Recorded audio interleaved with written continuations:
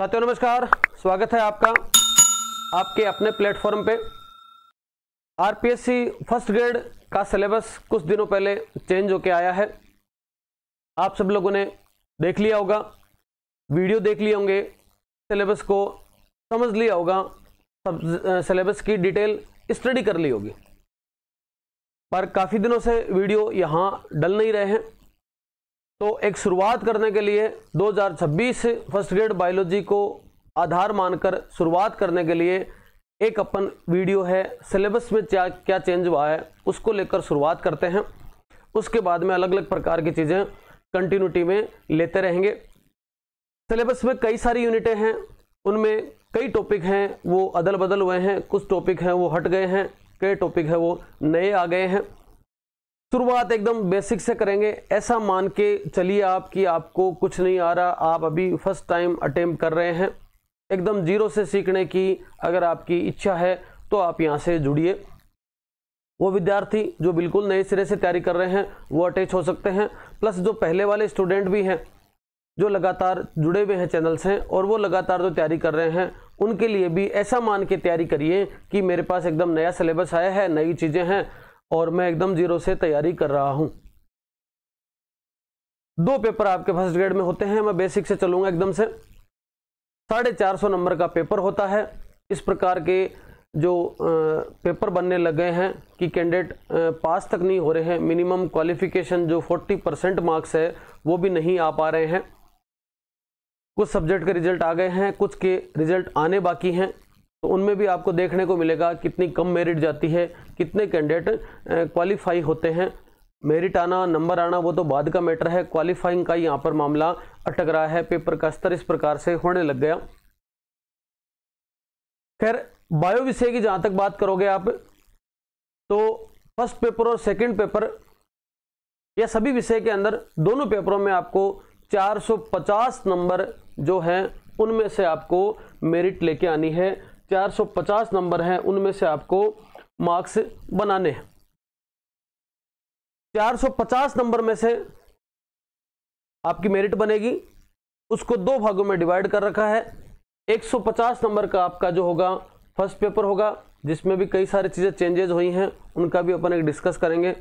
और 300 नंबर आपके जो है वो सब्जेक्ट का होगा। अगर आप यहाँ पर बायो के विषय के स्टूडेंट हैं तो 300 नंबर आपके बायोलॉजी पेपर सेकंड के लिए होंगे।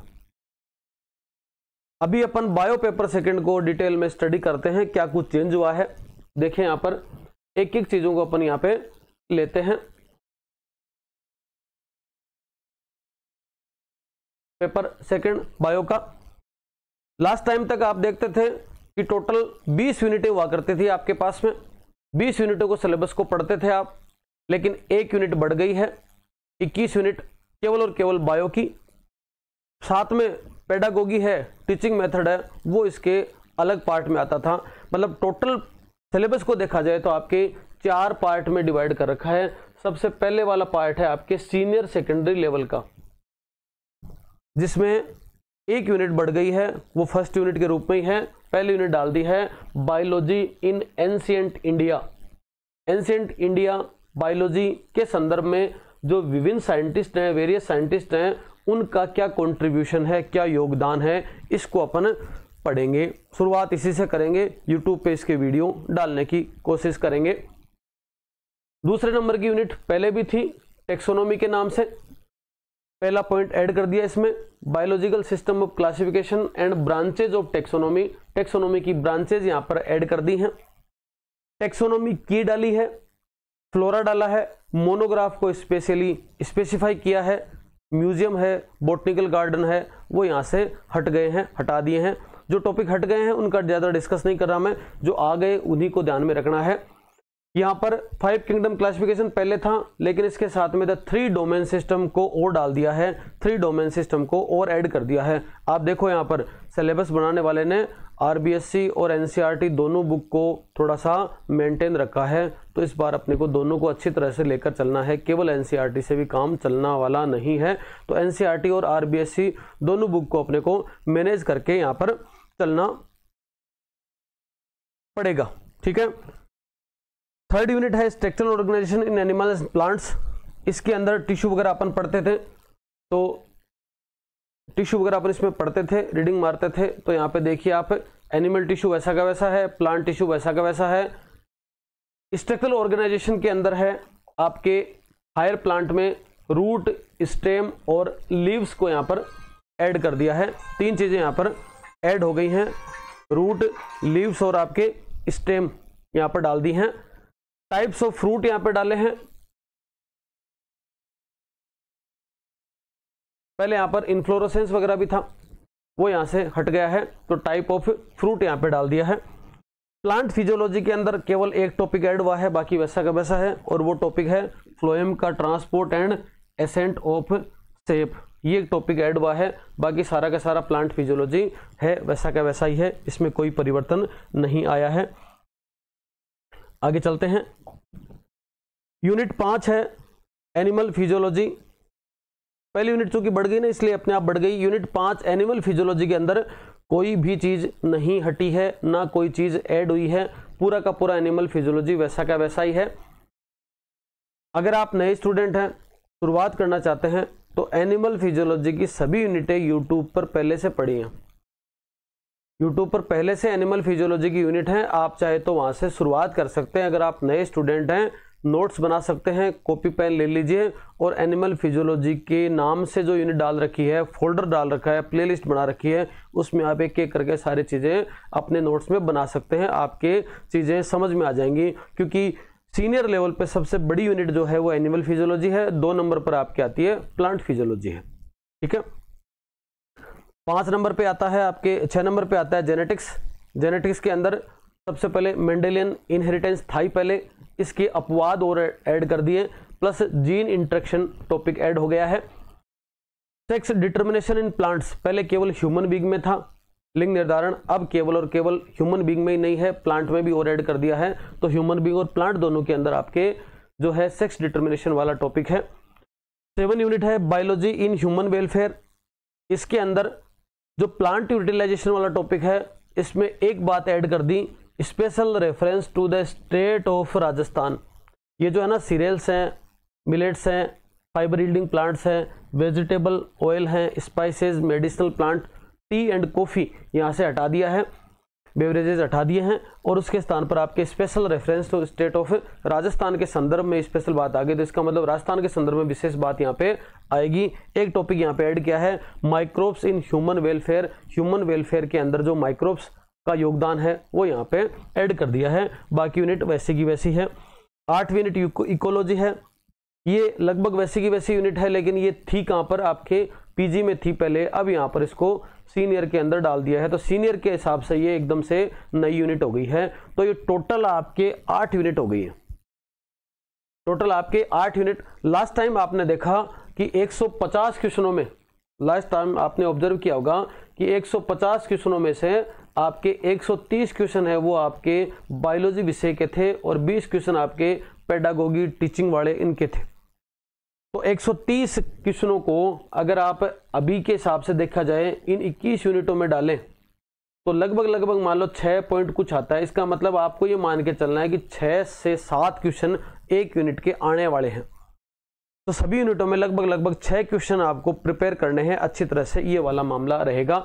ये टोटल जो थी आपके 8 यूनिटें, ये आपके पार्ट फर्स्ट जिसमें सीनियर लेवल का है ना, और इसमें ऐसा मान के चलिए आप 48 से लेकर 50 क्वेश्चन यहां से आने हैं, और एनसीईआरटी आरबीएससी को ही टच करेंगे, वो उनसे ही बनेगा पेपर, ये मान के चलिए आप। ग्रेजुएशन लेवल पे चलते हैं। पार्ट सेकंड के अंदर सबसे पहली यूनिट है सेल स्ट्रक्चर के अंदर, जो पहले भी यूनिट थी, इसमें ये टॉपिक अलग ऐड हुआ, structure, property and function of cell envelopes, और एक टॉपिक यहाँ पे ऐड हुआ है अपोप्टोसिस प्रोग्राम्ड सेल डेथ। ये 2 टॉपिक अलग हुए हैं, बाकी सारे के सारे वो के वही हैं, इनमें कोई परिवर्तन नहीं आया है, चेंजेस नहीं आया है। अगले लेवल पे चलते हैं। ग्रेजुएशन पे टेक्सोनोमी की जो यूनिट है उसके अंदर salient features and classification of non कोडेटा और कोडेटा का क्लासिफिकेशन पढ़ना था।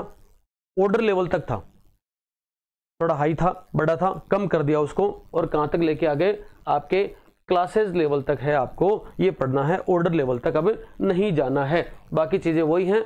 Semi technical description of floral formula and floral diagram. यहाँ पर कोई स्पेसिफिक है वो फैमिली नहीं बता रखी, पहले आपके स्पेसिफिक फैमिली के बारे में बता रखा था। तो ये टॉपिक भी आपके इसको अंडरलाइन करना, इसको भी क्या कर दिया अलग से ऐड कर दिया है, जुड़ गया है, फैमिली यहाँ से हट गई है।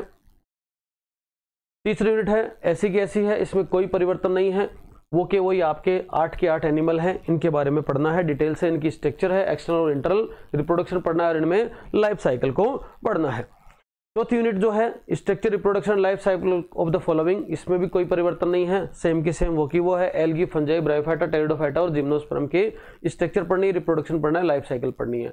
डेवलपमेंटल बायोलॉजी है, उसके अंदर भी कोई चेंजेस नहीं है, वो यूनिट ऐसी की ऐसी है। एक टॉपिक इसमें हट जरूर गया है, वो आपके जो इसमें अलग से रीजनरेशन के साथ में डाल रखा था एम्फीबियन लिम्ब रीजनरेशन, उसको यहाँ से हटा दिया है, बाकी नया कुछ यहाँ पे ऐड हुआ नहीं है। 30 यूनिट है, उसके अंदर आपको पूरा डिटेल से, पहले भी पढ़ते थे लेकिन अब क्या कर दिया उसको डिटेल से कर दिया। Structure and function of flower in reference sexual reproduction, अब इसमें डिटेल से दे दिया, ये पहले भी पढ़ते थे। Microsporogenesis, megasporogenesis, male and female gametophyte है, pollination, fertilisation, embryogenesis, endosperm formation, seed apomixis and polyembryony, ये कुछ चीजें हैं वो आपके डिटेल एक्सप्लेन कर दिया। इतनी सब बातें पहले पढ़ते थे अपन, आप भी पढ़ते थे क्योंकि ये डिटेल थी, पहले केवल इतना सब दे रखा था, एम्ब्रियोजेनेसिस तो उसमें इंक्लूड आती थी, लेकिन अब उन्होंने स्पेसिफाई कर दी है, तो यहां से आपके लिए ये बात स्पेसिफिक हो गई है। इथोलॉजी देखा जाए तो इथोलॉजी के अंदर थोड़ा चेंज हुआ है। Type of animal behaviour, feeding पहले था, लर्निंग पहले था, सोशल बिहेवियर पहले था, लेकिन सोशल बिहेवियर में अब स्पेसिफिक ऐड कर दिया।